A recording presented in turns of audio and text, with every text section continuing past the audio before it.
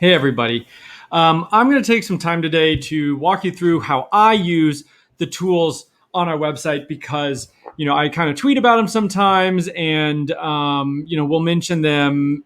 But I don't know if everybody feels comfortable messing around on the tools. I'm someone who, you give me a spreadsheet and a bunch of numbers, and I'm just going to fiddle around and click around until I figure something out and decide it's useful information or not. I love graphs. I love that stuff. I mean, I eat it up, but I know not everyone is necessarily like me. But I believe that our tools at campus2canton.com are some of the absolute most powerful in the business, especially when you're talking about digging down into some of these current college players. I mean, people have some really nice stuff for NFL players, like DLF has some really nice stuff for rookies and NFL stats and uses that they do. But we've got stuff on guys in their college production.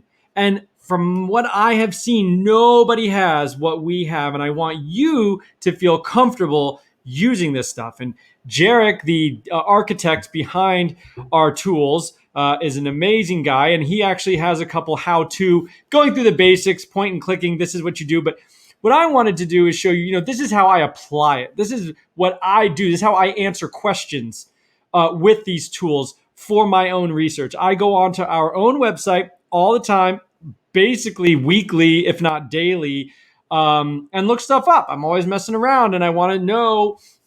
These tools give me the ability to answer questions that I might have that otherwise I would have had to download some spreadsheet from collegefootballstats.com, do all the, manipulation myself and figure out, what some guy's market share was as a freshman versus the guy I'm curious about market share as a freshman. How does it stack up? And our tools allow you to do that with a couple of clicks. So I'm going to share my screen and just basically show you what I do and some of the things that I think can be helpful. I hope you find it helpful as well. And I want you to get in there and be messing around with our tools and our data app because it is so powerful. And if you're only reading our articles, I appreciate it. And if you're only in the Discord, again, I appreciate it. But mess around with these tools. They can really help you put players in perspective against historical comps in college. I think it's super powerful. So I'm going to share my screen real quick right here. One sec. Okay, here we go. And so here we are. If you go to the top of our website, you've got the tools section. Player metrics is really the data app that I call it. And so Jerrick's built this thing, and it is absolutely incredible. So first, what we're going to do is we're just going to take a couple of players and, whether you're doing dynasty, devy, or C2C, or even college football fantasy only without the NFL component, this stuff can help you. So let's just say we have a dynasty question. Let's say, hey, I'm curious about the college profiles of all the first round wide receivers this year.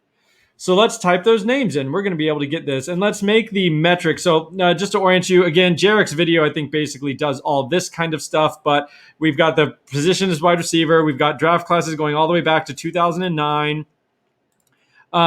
You can select player specific and multiple players. And then the metric, which defaults looks like the PPR points, but I'm going to say let's do receiving yards market share. I think that is very important stat to look at. Also, you can always go to the glossary if you don't know what some of this stuff is and find out. So reception market share is the market share of team receptions. Yards is the team receiving yards, blah, blah, blah, all this different stuff. Weighted dominator is 80% of the receiving yards and 20% of the receiving TDs put into one metric. So that's your weighted dominator for these receivers. So if you have any questions, always go to the glossary. We've got them listed there for you. But receiving yards market share. And so then we've got, of course, the number one receiver taken was Jamar Chase. We can click Jamar Chase. Waddle was number 2, and it's going to start populating here, but we can add other receivers. Jalen Waddle. Of course, we've got Devonta Smith. Devonta Smith. Let's see. I know that who are some other first round receivers this year? I'm going to look like an idiot now. I don't want to miss anybody. I know there's like 6 or 7. Sorry, you get to see this background stuff. I'm not prepared. Okay. Jamar Chase, Waddle, Smith, Tony, Bateman. I guess Bateman was the last one. So we'll do Tony and Bateman. Rashad Bateman and Kadarius Toney. All right. So now you have a graph that shows you in year 1, year 2, year 3, and year 4 how these players performed relative to each other and relative to an average. Of this whole group, only Rashad Bateman kind of exceeded the expectation as a true freshman in year 1. And you can hover here and see exactly what his receiving market share was, 25% as a true freshman, which is fantastic in a Power 5 conference. Then he went to 37%, which is outstanding as a second-year player. He's been above this is your average for wide receiver, I believe it's wide receiver 2 rates. Regression line is a top 12 fantasy season for QB, running back, and tight end, and a top 24 season for wide receiver. So these are players, that line says that is the average market share on the year in school for guys who eventually were a top 24 producer in the NFL. So that's what they did in college for guys who ended up doing a wide receiver 2 season in the NFL, not wide receiver 2 in college. But once those guys hit the NFL, this is what they had previously done in college. So as you can see here, Rashad Bateman is, every single year he has been tracking on a trajectory that says he should be at very least a wide receiver 2 level in the NFL. And this market share, weighted dominator rating, all these metrics are pretty good projectors, some of the better projectors that we have. So you'll see Jamar Chase didn't do as much as a sophomore, as a freshman, then blew up as a sophomore with almost 30% of his team's historic offense. Obviously didn't play in COVID and then declared for the NFL. You've got only Devonta Smith and Kadarius Toney over here, who even played 4 years. Waddle was very promising as a freshman. We know he took a step back as a sophomore, then he was injured. So his total stats on the season are going to look bad. This is not per game. This is the whole season. So Waddle was actually tracking to be over 30%, which would put him up here in the Rashad Bateman territory.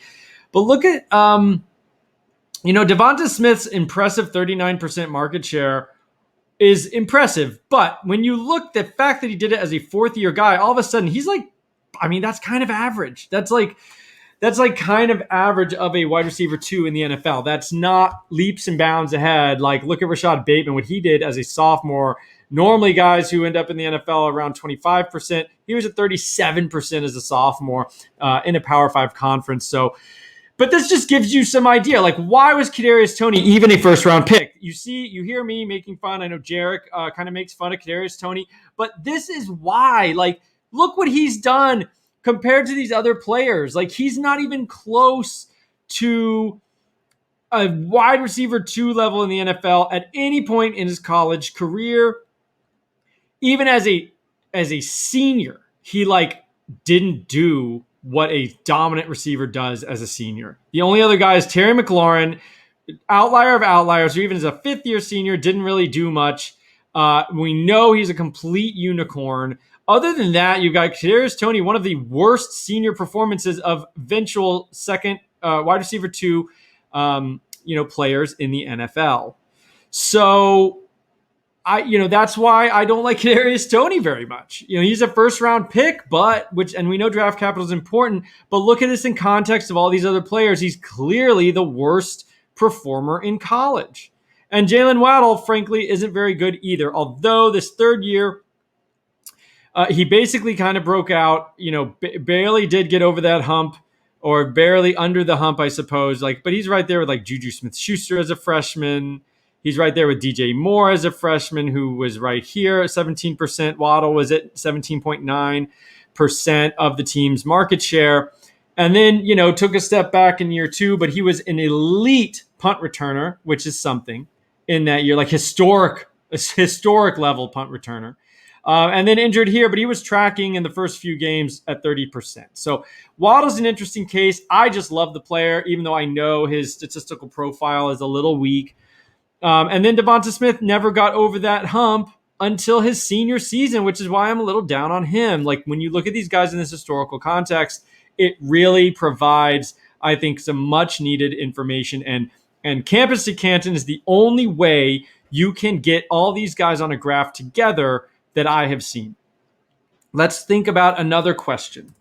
How about, I want a guy who's current. Okay, so that's kind of a dynasty question. You're thinking about these first round receivers. How should I rank them? How should I value them? So you can look at them all together. And you could, of course, do that with any of those other metrics. Let's say I've got a devy question. I like Kyren Williams. All right. I don't really love him that much, but say you like Kyren Williams. And you're like, well, I wonder how he stacks up with his market share. So let's go. I think one of the best things is Dominator Rating or Backfield Dominator Rating. Let's just do Dominator Rating for Kyren Williams. All right. Basically did not play as a true freshman. Pretty nice season as a second-year running back. We do know he's a little undersized. I can't see like a first-round pick for him, but let's say second, third-round pick, that's where he goes. So how about some other guys recently who have gone in the second and third rounds? That's Javonte Williams, Trey Sermon this year. How about... and let's see, who was a second or third round guy a couple years ago. I actually think I had jotted down some ideas. David Montgomery. When he was at Iowa State. And then let's do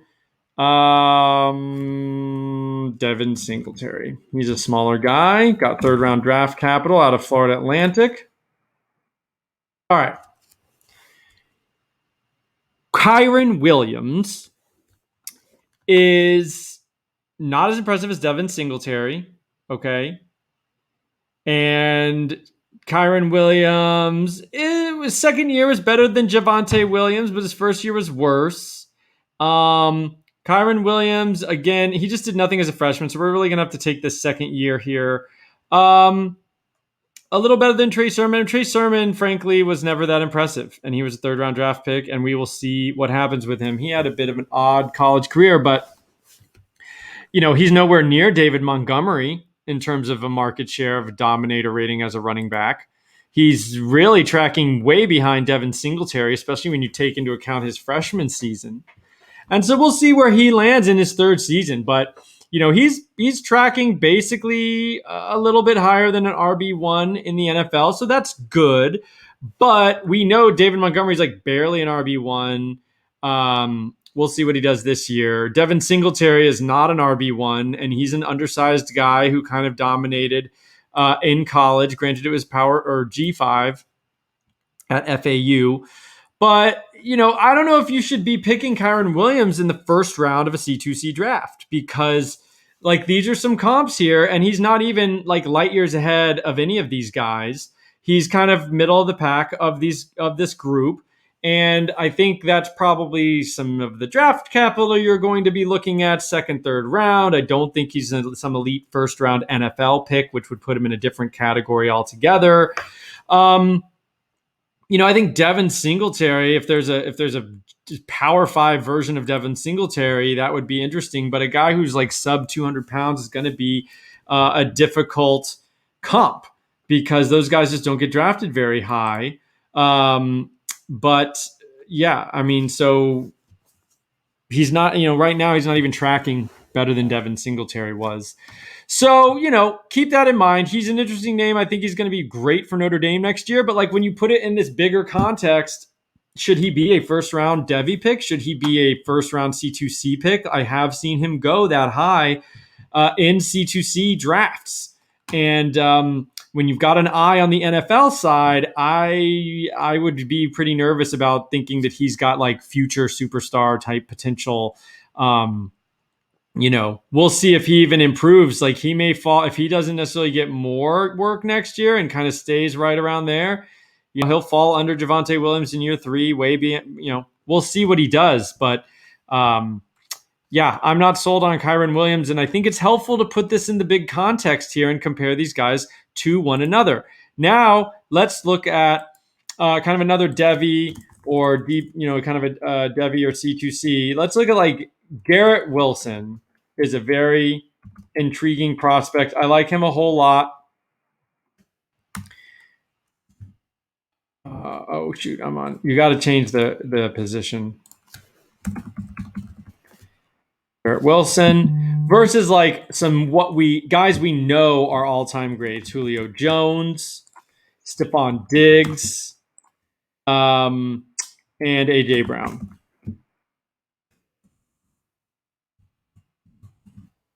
How does he stack up with some of these guys we know have produced at the NFL level and are very good? Let's do weighted dominator. Sure, why not? I mean, you could do this with any metric that you like. All right, Stephon Diggs, Julio Jones. I mean, God, they're so good, and they showed it early in their college career. Garrett Wilson was more like an A.J. Brown level down here. Again, actually, Julio and Stephon Diggs took a step back in year 2, but this really solidified them. I mean, their freshman season was so awesome. And then A.J. Brown, Garrett Wilson. I didn't do enough back searching to see about injuries because, again, this is like full season. So if there was injuries there, it's not going to take into account here. And then Julio Jones, A.J. Brown, Stephon Diggs. We haven't seen Garrett Wilson's third year yet. But, he's tracking pretty strong. If he can get up in this range, over 30% as a third-year player and declare for the NFL, I think he's in very strong company with some of these other very impressive guys who were productive early in their careers, at least in year 1 and year 2, and then went on for future NFL success. So this is just another example of the way that you can use this to compare guys who are in college, guys who are already in the NFL, and see what does their historical production look like and kind of start getting ideas about if if a guy hasn't shown it and all these other NFL known commodities have shown it early, therefore you can be like, why are people drafting him so high? Here, let's put another interesting guy in there, Pickens. People love George Pickens. I have some reservations. George Pickens had a great freshman season. That's very nice. 24% of the team's receiving market share. Still not even close to Stephon Diggs and Julio Jones. So, if you're thinking he's that level of elite, I think you should reconsider a little bit. And then as a sophomore, when he should be taking a leap, almost everybody else did, especially the guys down here. But then George Pickens fell under the bar as a second-year player. I know there's a lot of excuses, but I would like to see a bigger jump. He did not have an injury, at least until the end of the season. He should have put up more numbers to me. Stephon Diggs obviously is a bit of an interesting guy. He was elite early and then fell off. But everybody else, we'll see. We'll need that third year, but now we won't get it because he has an ACL injury. So George Pickens is going to be a very interesting comp, but I don't love him going down and not really being a dominator, that much of an extreme dominator as a true freshman. But it gives you an idea of like where's he tracking relative to these guys we know are good in the NFL. And I think I had one more that was going to be fun. Okay.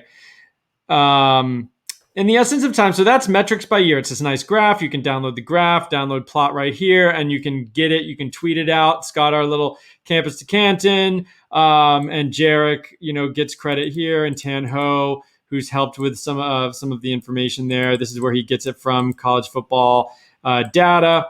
And so, you can download this thing and tweet it, do whatever you want, share it. We'd love to have this out there. You do your own research and then tell us what you find, and maybe you'll help us do things too. All right, there's another interesting thing here I like called the college filter. I want you to go to the college filter, and let's just say, here's an example of how I would use this. I'm curious. Kyle Williams was a receiver for UNLV last year. Group of 5 team, not very impressive. But he had an amazing year in a weird COVID season. But Kyle Williams, as a true freshman, had 37% market share I think it was a 37% weighted dominator for UNLV. Now, as a true freshman, that is getting into elite level, like really elite. The only problem is if it was in Power 5, I'd be like, he's a first round draft pick in the NFL. It was not, group of 5 that waters it down a little bit, but guys who do that in the group of 5 are drafted at, I think from some of my research, about 50-50 clip, like drafted out of group of 5. Like that's really impressive, just to get drafted out of a group of 5 conference. If you have a 50-50 shot, if you did that as a freshman, then, he's a better bet than most other group of 5 receivers that you might like. So let's just click weighted dominator rating. You can select all these different metrics and it'll come at you in a table here, the way that Jerrick has set this up. So I'm going to look at receivers, all players, and what I can do now that's very fun is all seasons. Let's look at, we got to clean this up a little bit, but if you include all the way back to 2006, it will include, the database will think a guy's first year was 2006 because that's the first year he appears in the database.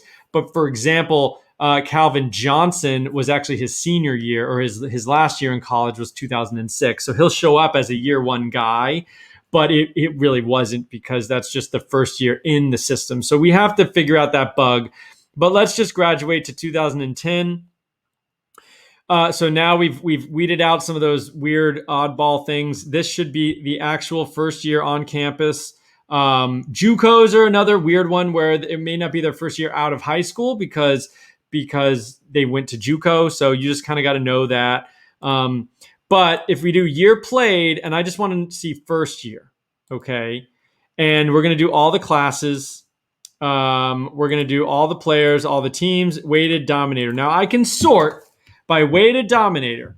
And what this is going to do, it's going to give me the top in order best weighted dominator scores for a first year player in history back to 2010. So we've got about a decade of information here. And for the first year guys, Corey Davis, Dion Long is, I've never heard of him. He may have been a JUCO guy. I'm not really sure. Corey Davis shows up at Western Michigan with almost 40% as a first-year player. We know that's group of 5. That's pretty impressive. He ended up being a first-round draft pick. Stephon Diggs, 38% in his first year at Maryland. We know who he is.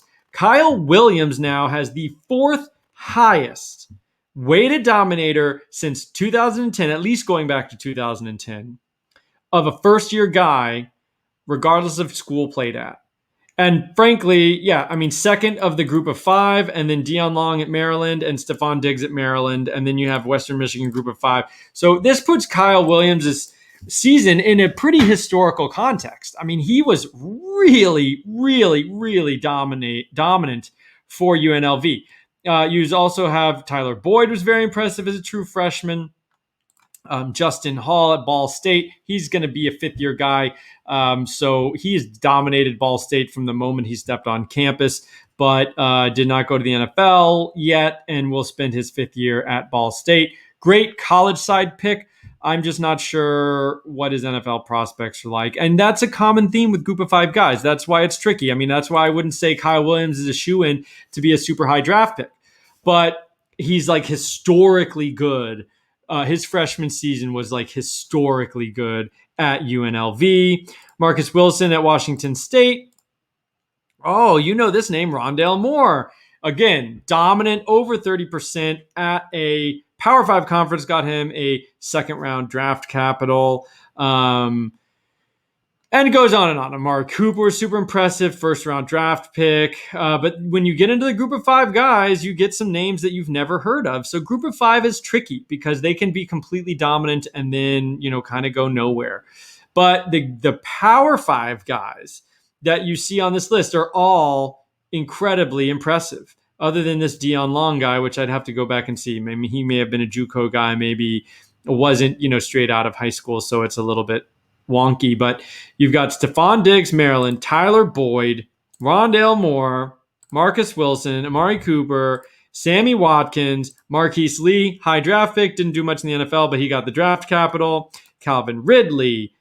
Nate Phillips is a bummer. I think he hurt himself. When I did some research on freshman breakouts, I think he hurt himself and was never the same, unfortunately. Mike Dudek definitely hurt himself and was never the same. Christian Kirk, second round draft capital. And so those are all guys who are right around 30%. It's super impressive. But putting these guys in historical context is very, very interesting. Amarian Brown transferred now to South Carolina. He had an incredibly impressive freshman season at Georgia Tech. So yeah, there you go. That's one way to use this. You can do it in tons of different ways. You can filter. I mean, we've got all these metrics you can look at, even going into how did they finish in the NFL side, top 5, top 12, top 24 finishes, what draft pick were they? Just so much you can play around with. I don't have time to walk you through absolutely all of it, but use these tools and you can, if you have a question about a guy, how good was that season really? Like this UNLV for Kyle Williams. I mean, it's awesome. Like you can hardly ask for much more from a guy doing this, whatever conference he may be in. So that really helps there. You can do it, obviously, quarterback, running back, tight end. You can do this for really anybody. But I think that's super helpful. And I want you guys to be able to use it to your advantage and click around in there and play around in there. So these are kind of how I answer some of the questions that honestly just pop in my head. I'll be literally, I won't do this in the car while I'm driving, but I'll be driving home and be like, I wonder, I know Kyle Williams was good. How good was that year? And then I'll come home, boom. And then you can find it so quickly and so easily. So you can really answer these questions.